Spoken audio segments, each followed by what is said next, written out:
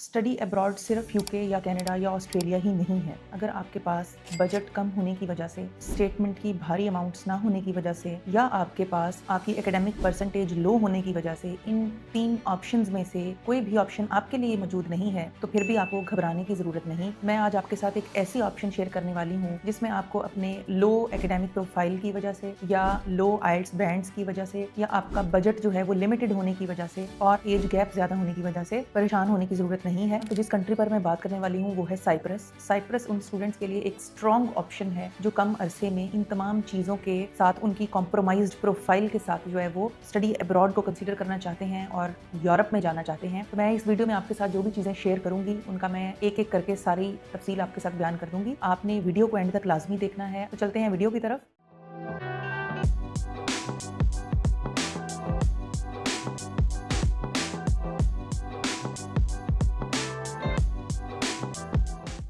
हमारा एक ऑफिस जो है वो लाहौर में भी ओपन हो गया है। नंबर्स जो हैं वहाँ पर, जो कॉन्टैक्ट नंबर हैं वो स्क्रीन पर चला दिए हैं, वो आपने देख लेने हैं। अगर आप लाहौर के इर्द गिर्द कहीं रहते हो तो आप हमारे लाहौर वाले ऑफिस में विजिट कर सकते हैं। आप इन नंबर्स पर कॉन्टैक्ट कर सकते हैं। उसके अलावा फैसलाबाद वाले कॉन्टैक्ट नंबर्स भी यहाँ पर शो कर दिए गए हैं। तो अभी हमारे 2 ऑफिसेज हैं, एक लाहौर में और एक फैसलाबाद में। तो साइप्रस को चूज़ करने के लिए पाकिस्तान से जाने वाले स्टूडेंट सबसे पहले जिस पॉइंट को देखेंगे वो ये है कि क्या वहाँ पर इंग्लिश टॉट प्रोग्राम्स अवेलेबल हैं या नहीं। जी हाँ, साइप्रस में बहुत सारे इंग्लिश टॉट प्रोग्राम्स अवेलेबल हैं। मैट्रिक के बाद भी आप वहाँ जा सकते हो, इंटरमीडिएट के बाद भी आप वहाँ जा सकते हो और बैचलर्स के बाद भी आप वहाँ जा सकते हो। आपको ईजिली मास्टर्स के कोर्सेज भी मिल सकते हैं, आपको बैचलर्स के कोर्सेज भी मिल सकते हैं और आपको हायर सेकेंडरी कोर्सेज भी मिल सकते हैं। और इसमें आपका जो एज गैप होता है उसका भी ज़्यादा मसला नहीं है। एज गैप की भी लिमिट्स बता दी गई हैं कि 30 साल से कम जो स्टूडेंट होगा वो बैचलर्स में एडमिशन ले सकता है और मास्टर्स में भी इसी तरह काफ़ी सारी रिलैक्सेशन है। उसके बाद साइप्रस को चूज़ करने की जो दूसरी मेन वजह है वो है कि वहाँ पर आपको इजी एडमिशन ग्रांट होता है। इजी एडमिशन ग्रांट से मुराद ये है कि आपको इंटरव्यू नहीं देना पड़ता। जो हमारे स्टूडेंट्स का सबसे बड़ा जो है वो प्रॉब्लम है वो ये है कि वो इंटरव्यू से भागते हैं। अगर आपने मैट्रिक किया हुआ है और आप एफएससी में या इंटरमीडिएट के किसी भी कोर्स में एडमिशन ले रहे हैं साइप्रस में, फिर आपको एक छोटा सा इंट्रोडक्टरी इंटरव्यू देना पड़ता है। उसके अलावा आपको जितने भी कोर्सेज हैं बैचलर्स के, मास्टर्स के, उनमें आपको इंटरव्यू की कंपल्शन नहीं है। ये एक बहुत ही प्लस पॉइंट है उन स्टूडेंट्स के लिए जो इंटरव्यू से घबराते हैं कि जी हम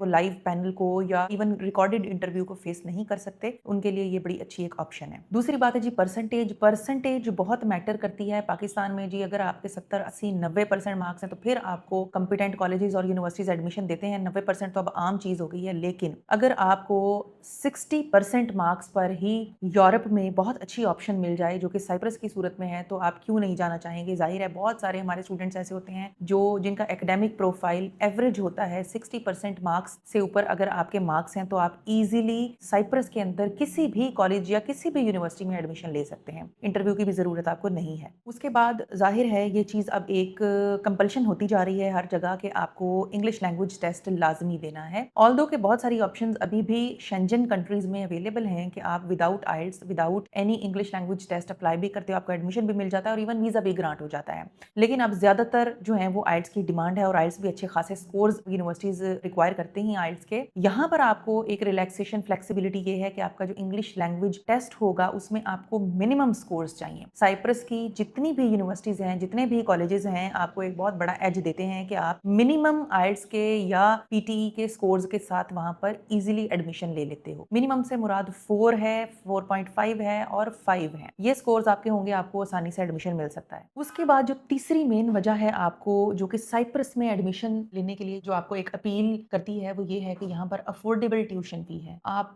यूके या कनाडा या ऑस्ट्रेलिया या इवन फ्रांस, कहीं आप ऐसे कंट्रीज चूज कर लेते हो जहां पर आपको ट्यूशन फी बहुत ज्यादा देनी पड़ती है, लाखों करोड़ों की सूरत में। तो उसके बदले में अगर आप साइप्रस चूज करते हैं जाने के लिए तो वहां पर आपको ट्यूशन फी बहुत ही कम अमाउंट में देनी है और सालाना ट्यूशन फी होती है। इवन कुछ यूनिवर्सिटीज आपसे हाफ पेमेंट भी ले लेती हैं और बाकी वहां जाके आपको पे करनी होती है। यहाँ जो ट्यूशन फी की रेंज है सालाना वो 3000 यूरो से लेकर 8000 यूरो तक है। डिपेंड करता है कि आप किस कोर्स में एडमिशन ले रहे हैं, क्या आप कोर्स पढ़ने जा रहे हैं और आपके जो बजट का, आपके जो इनिशियल बजट जो आपको चाहिए होता है इस कंट्री से उस कंट्री में जाने के लिए, उसका एक मेन हिस्सा जो है वो आपकी ट्यूशन फी पर मबनी होता है। आपकी ट्यूशन फी डिसाइड करती है कि आपकी अमाउंट कितनी खर्च होने वाली है इस कंट्री में जाने के लिए। तो जाहिर है 3000 यूरोज़ अगर आपकी ट्यूशन फी है या 4 है या 5 है या 6 है, तो उस हिसाब से आपने अपना एक बजट कैलकुलेट कर लेना है। उसके ऊपर आपके बहुत ही कम पैसे खर्च होने हैं। ज़्यादा जो अमाउंट है वो यही हैवी अमाउंट होती है ट्यूशन फी की। तो इस हवाले से जो साइप्रस है वो ट्यूशन फी बहुत ही कम दे रहा है। उसके बाद जो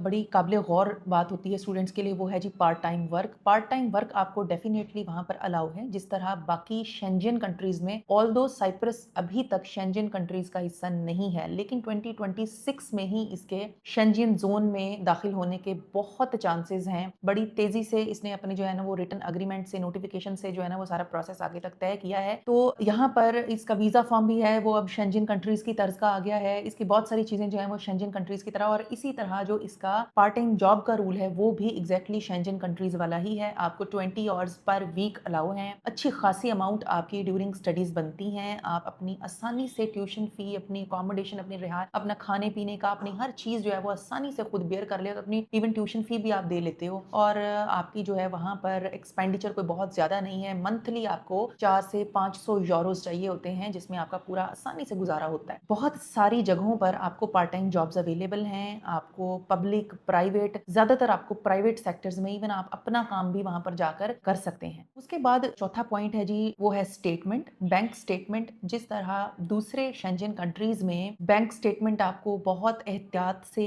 उसकी एक्टिविटी शो करवानी होती है, आपको अपना स्पॉन्सर देना होता है, उनकी बाकायदा डिटेल्स देनी होती हैं, सपोर्टिंग डॉक्यूमेंट्स देने होते हैं, पैसे किधर से आ रहे हैं, कैसे आ रहे हैं, जो बंदा पैसे दे रहा है वो इस काबिल है कि वो आपको स्पॉन्सर कर सके। तो इन सारी चीजों को मद्देनजर रखते हुए जाहिर है बहुत सारे स्टूडेंट्स फ्रस्ट्रेट हो जाते हैं। उनको बाकायदा एक एजेंट की जरूरत होती है जो उनको गाइड करे कि आपने कहाँ से कहाँ तक, कब कब, कितनी कितनी अमाउंट्स में अपनी ट्रांजैक्शंस करवानी है, क्यों करवानी है, उनको जस्टिफाई कैसे करना है। ये तमाम चीजें साइप्रस में नहीं है। साइप्रस में आपने सादा सादा सी अपने अकाउंट में 25 से 30 लाख रुपए की बैंक स्टेटमेंट रखनी है, और कोई आपने उसको 10-15 दिन 20 दिन पड़े रहने देना, फिर आपने बैंक स्टेटमेंट निकलवानी और अपना वीजा फाइल कर देना है। कोई आपसे पूछगिछ नहीं होती है कि आपके पैसे कहाँ से आए हैं, किसने दिए हैं, जिसने दिए हैं उसकी क्या क्रेडिबिलिटी है, वो कहाँ से अर्न कर रहा है, इस काबिल है आपको वो स्पॉन्सर कर सके या ना कर सके। इस तरह की आप तमाम तर चीजों से बच जाते हैं अगर आप साइप्रस को चूज कर लेते हैं जी। उसके बाद जो पांचवा पॉइंट है जो बहुत ही ज्यादा अहमियत का हामिल है वो है जी वीजा रेशो। तो साइप्रस की वीजा रेशो 99% है। साइप्रस की वीजा रेशो